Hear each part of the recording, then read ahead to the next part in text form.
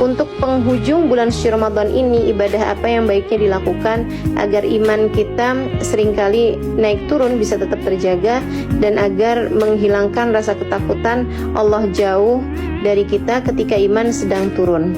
Rasa takut setelah bulan suci Ramadan tentang keburukan-keburukan yang menghantui.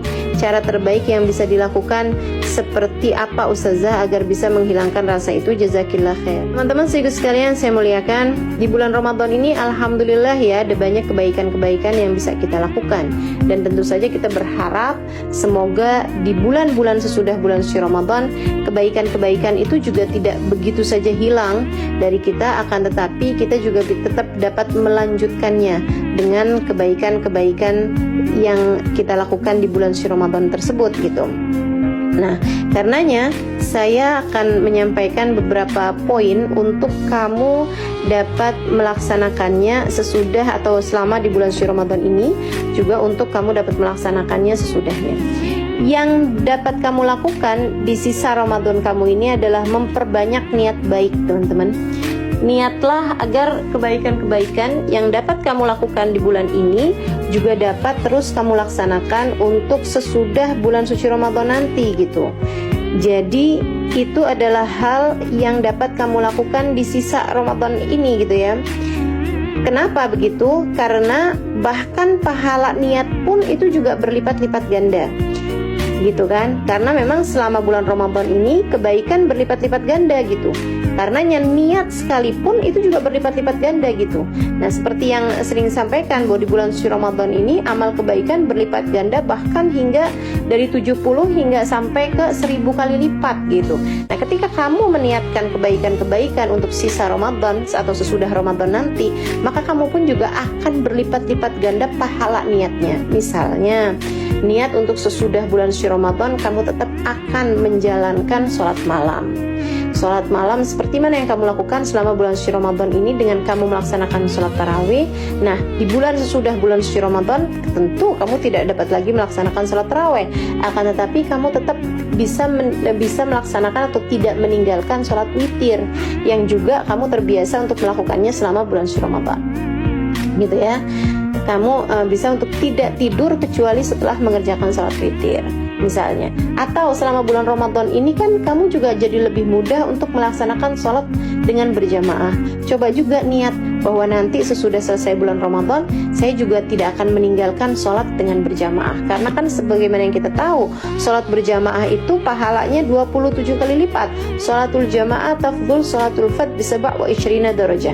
Sholat berjamaah itu 27 kali lipat dibandingkan dengan sholat biasa gitu. Nah, jadi anggaplah bulan Ramadan ini sebagai pelatihan. Sesudah Ramadan nanti kita tinggal melaksanakan apa yang akan kita laksanakan di sana dari kebiasaan-kebiasaan kita di bulan suci Ramadan, dan sebelum itu selama bulan Ramadan ini kita meniatkannya gitu. Kita meniatkannya yang pertama dengan tujuan, karena pahala niat sekalipun itu berlipat ganda teman-teman. Kita jangan sampai lewatkan kesempatan yang sisa hanya satu hari beberapa jam ini ya. Satu hari plus beberapa jam ini jangan sampai kita sia-siakan kesempatannya untuk memperbanyak niat-niat dengan niat-niatan yang baik-baik, gitu ya. Kemudian alasan yang keduanya juga kenapa memperbanyak niat, karena man fatah ala nafsihi baban niyah fatahallahu lahu sab'ina bab min abwabit taufiq. Para ulama mengatakan bahwa siapa yang membuka satu pintu kebaikan, satu pintu niat kebaikan, maka Allah Subhanahu wa taala akan membukakan 70 pintu dari pintu-pintu kemudahan berbuat baik. Jadi kamu buka satu pintu niat baik, Allah bukakan 70 pintu dari pintu-pintu kemudahan berbuat kebaikan.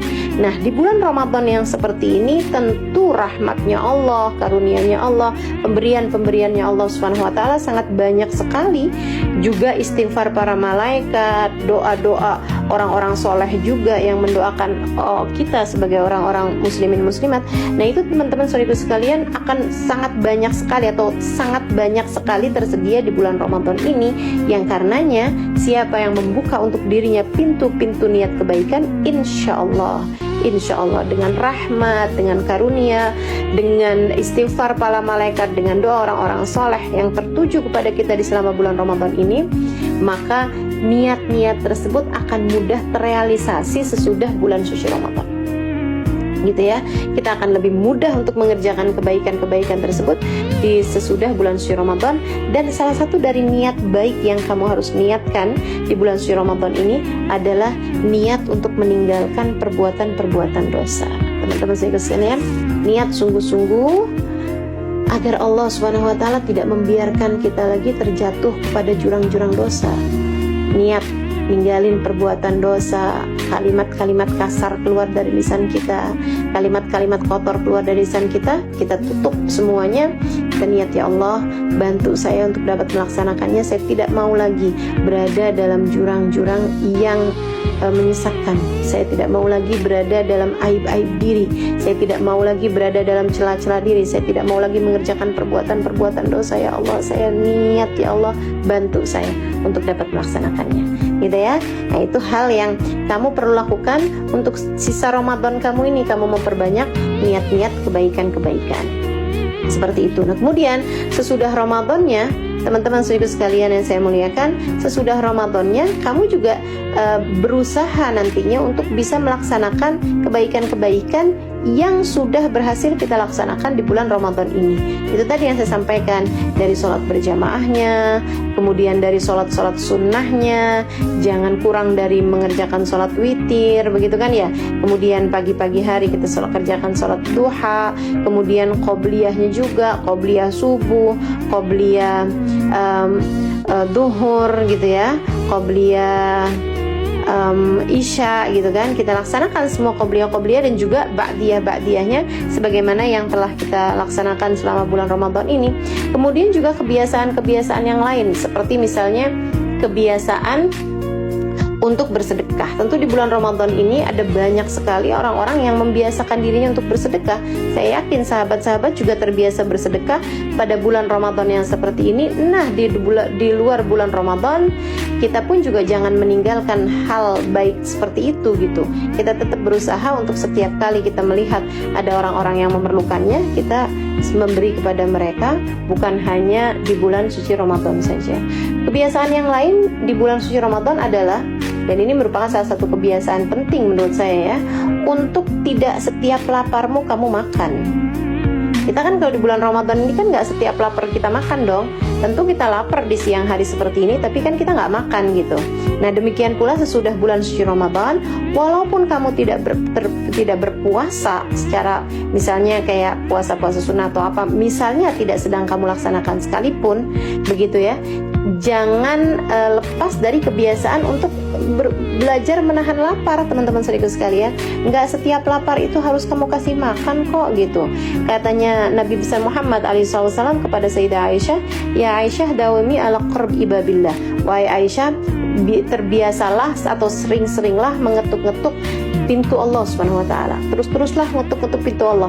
Sebab bagaimanapun kan kalau Allah diketuk-ketuk pintunya pasti akan membukakan juga gitu. Rahmatnya, hadiahnya, karunia-nya, pemberiannya, kebaikan hati, kehusyuan, salat, ibadah, ilmu, manfaat, begitu banyak pemberian-pemberian Allah Subhanahu wa taala yang Allah Subhanahu wa taala akan berikan.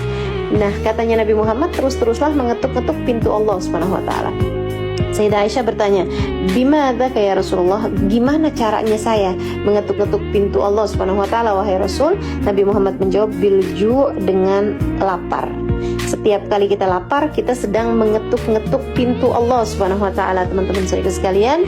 Maka selepas bulan suci Ramadan, walaupun Ramadannya sudah tidak lagi membersamai kita karena kita sudah beranjak kepada bulan-bulan yang selanjutnya, nah itu kebiasaan menahan lapar itu juga harus terus-terusan kita jaga. Mudah-mudahan kita tidak menjadi hamba hawa nafsu kita, akan tetapi kita sungguh-sungguh menjadi hamba Allah Subhanahu wa taala sebagaimana yang sudah kita pelajari hal ini selama bulan suci Ramadan.